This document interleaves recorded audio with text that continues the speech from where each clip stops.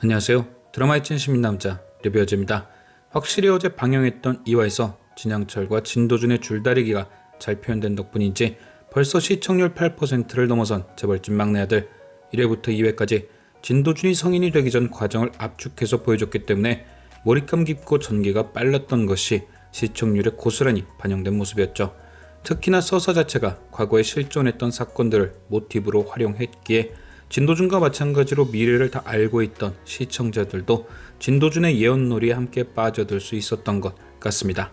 다만 한 가지 아쉬웠던 점은 긴 내용의 웹소설을 짧은 드라마로 만들기 위해 사라졌어야만 했던 진도준의 유년기였죠. 저는 원작을 보지 않고 드라마를 보는 시청자의 입장이라 몰랐지만 많은 원작 팬들은 그 부분을 상당히 아쉬워하시더라고요. 회귀한 진도준이 아무리 미래를 알고 있는 현우라도 자신이 알고 있는 미래의 사건 사고에 대해 직접적으로 언급하는 건 아무래도 미래를 알고 그걸 적절히 활용하는 아이보단 단순히 예언가로 비춰질 가능성이 있기 때문에 원작 속 총명한 진도준의 캐릭터가 살짝 반감될 수 있다고 말이죠. 하지만 한편으론 이게 드라마기 때문에 어쩔 수 없는 현실인 것도 같습니다. 회귀한 진도준이 진양철의 마음을 얻고 복수를 준비하는 빌드업을 다 보여주기엔 역시나 16부작이라는 미니 시리즈의 시간상 제약은 어쩔 수 없던 거죠. 그래서 조금은 자기적이고 조금은 예언가처럼 보일지라도 미래를 아는 진도준이 그것을 활용하는 서사에 뽕을 좀 넣은 듯 싶습니다. 화끈하게 설명하려다 보니 화력이 좀 과했던 거죠. 하지만 그래도 확실히 이성민 배우의 연기와 김강훈 배우의 연기가 뒷받침이 되니 유년기의 마무리는 시청률이 보여주듯 잘 마무리된 듯 싶네요. 그래서 오늘 3회 리뷰는 성인이 된 진도준의 순양을 향한 빌드업에 대해 살펴보겠습니다. 할아버지가 내준 퀴즈. 고래싸움에서 새우가 이기려면 어떻게 해야 하나? 라는 문제. 진도준은 현생에서 순양그룹의 팀장이었습니다. 그리고 고졸 특채였죠. 대기업 안에서 고졸로서 팀장까지 단 것은 분명 어마무시한 노력이 포함되어 있을 겁니다. 그러니까 그런 진도준에게 순양그룹의 연역, 즉 지금의 순양이 어떻게 자리 잡았는지는 머릿속에 다 저장되어 있을 거란 거죠.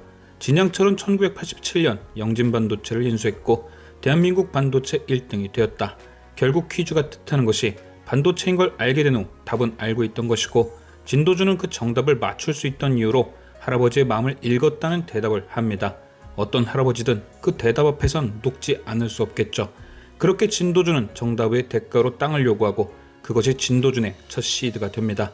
그리고 1996년 진도준은 이미 분당이 천당 다음으로 좋은 땅이 될 걸 알았지만 진양철은 당시 진도준의 선택에 다시 한번 놀라게 되고 그런 진도준의 선택에 대해 이런 얘기를 합니다. 눈이 좋은 기고, 운이 좋은 기고. 하지만 내뱉은 말과 달리 진양철은 이미 진도준의 해안에 대해 믿음이 쌓이고 있었겠죠. 대하는 태도만 보더라도 1987년과는 천지 차이니까 말이죠. 아마도 공개되진 않았지만 그 10년 사이에 몇 번의 테스트가 더 있었을 것이고 서울대 법대 합격증이라는 약속까지 지켰으니 진도준을 인정하지 않을 수 없었을 겁니다. 그리고 그렇게 진도준의 1996년은 240억으로 시작하게 됩니다. 1996년의 시작, 서울대 법대 신입생, 세상 해맑은 표정, 떡볶이 코트가 잘 어울리는 마냥 즐거운 20살. 그게 오늘 보여진 진도준의 현실이었습니다. 과연 이게 원작 속 등장하는 진도준이 맞을까 싶게 가벼운 모습 말이죠. 하지만 3회 등장한 몇몇 모습들을 지켜보면 왜 진도준이 이렇게 해맑게 된 건지 이해할 수 있었습니다. 바로 등장하진 않았지만 1987년 할아버지를 비행기에서 구하고 순양 일가의 손자로서 당당하게 인정받은 그 이후 수많은 견제가 있었던 거죠. 오늘 등장한 진도준에 대한 경계는 사방에서 보였습니다. 첫 번째, 고모와 삼촌들의 견제. 진영철의 둘째 진동기는 사실상 승계구도에서의 번외입니다. 하지만 현우가 살아있던 2022년에는 전혀 번외다운 모습이 아니었죠. 진영기가 쓰러지자 바로 진성준을 누르고 회장 자리를 노리려는 야욕을 가진 사나이. 역시나 그 야욕은 1996년에도 여전했습니다. 진도준을 아끼는 진영철을 보고 그저 손자 아끼는 할아버지가 아니냐는 모습을 보인 진영기에게 대놓고 대인배 아니냐며 안심하지 말라는 눈치를 줄 정도로 도준을 경계하는 사람 중 하나죠. 또한 진양철의 딸인 진화영도 마찬가지였습니다. 어차피 차기 회장은 진영기라는 생각으로 사는 듯하지만 그녀 역시도 도준을 각별히 생각하는 진양철의 마음이 후계를 생각하는 테스트 아니겠냐며 진영기를 흔들죠. 그리고 그런 동생들의 조언은 결국 진영기의 불안감을 자극해 그 또한 도준을 경계하게 만듭니다. 또한 그 불안감을 증폭시킨 건 이양재 비서실장의 멘트도 한몫했죠. 진양철은 자신을 닮은 사람이 그룹을 이어가길 바란다며 네가 꼭 후계자가 아닐 수 있다고 그를 흔들었으니까요. 두 번째 경기는 당연히 자신의 남편이 후계자가 되길 바라는 진도준의 큰엄마 손정래.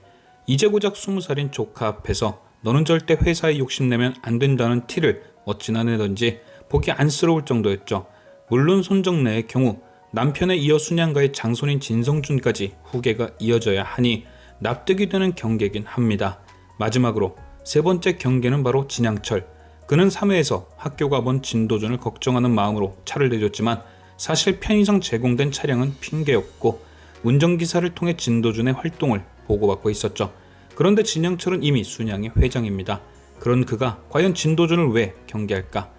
아마도 진양철의 경계는 후계 구도에 관한 경계보다는 진도준의 역량에 관한 경계 같았습니다. 그러니까 그가 호랑이 새끼인지 고양이 새끼인지 궁금한 거죠. 혹시라도 순양의 발톱을 드러내지 않을까 하는 노파심 말입니다. 결국 오늘 3회는 해맑은 진도준의 모습 뒤로 그를 경계하는 수많은 사람들이 보여줬고 이것이 진도준이 3회 내내 해맑았던 이유죠. 발톱을 감춘 호랑이의 모습, 마지막 엔딩씬, 그 발톱을 보여주기 위한 빌드업 말이죠. 내내 해맑아서 이게 뭔 연출인가 싶게 하다가 마지막 순양그룹을 바라보는 그의 눈을 통해 앞선 모든 상황은 본심을 감추기 위한 해맑음이었던 걸 극대화시킨 게 아닐까 합니다. 1996년 1월 31일 서태지와 아이들의 은퇴식. 길을 가던 도준은 갑작스런 서태지와 아이들 기자회견에 걸음을 멈췄고 그곳에서 2022년 순양을 덮쳤던 서민영 검사를 만납니다. 그리고 이후 다니던 학교 안에서 한 번 더 그녀를 만나죠. 진도준은 서민영과의 두 번째 만남 만에 학교 안 음악 감상실에서 갑작스런 청춘 멜로를 찍습니다. 책장 사이로 보이는 그녀, 뜬금없이 흩날리는 안개 같은 뿌샤시함, 그리고 흘러나오는 서태지의 너에게, 아주 완벽하게 오글거린 삼박자, 그리고 이어지는 밥 한 끼 먹자는 멘트까지. 처음 서민영은 그런 진도준을 경계하지만 결국 진도준이 알려준다는 서태지의 컴백 날짜에 낚여 함께 명문회를 방문합니다. 그리고 진도준은 그런 자리가 단순한 사교 모임이 아닌 특권을 가진 범죄 집단의 모임이라며 나를 세우는 서민영에게 너는 뭐가 다르냐는 일침을 놓습니다. 저는 여기서 진도준과 서민영의 만남이 로맨스가 아니라는 계산이 섰습니다. 사실 두 사람은 진도준이 회기 전 현우였을 때 딱히 접점이 없습니다.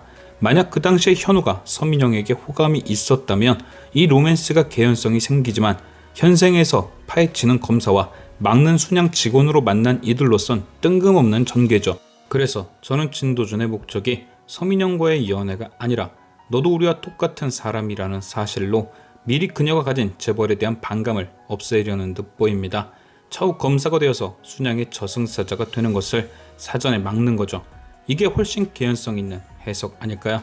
물론 두 사람의 만남이 다소 과하게 러블리한 점도 있지만 그건 아마도 일종의 맥거핀일 수도 있는 거죠. 차후 반전을 위해 로맨스로 보이려는 계획. 과연 진도준은 어디까지 계산하고 순양에 대한 발톱을 다듬고 있는 것인지. 지금까지 시청해주신 여러분께 감사드리며 리뷰어제는 또 다른 리뷰로 돌아오겠습니다.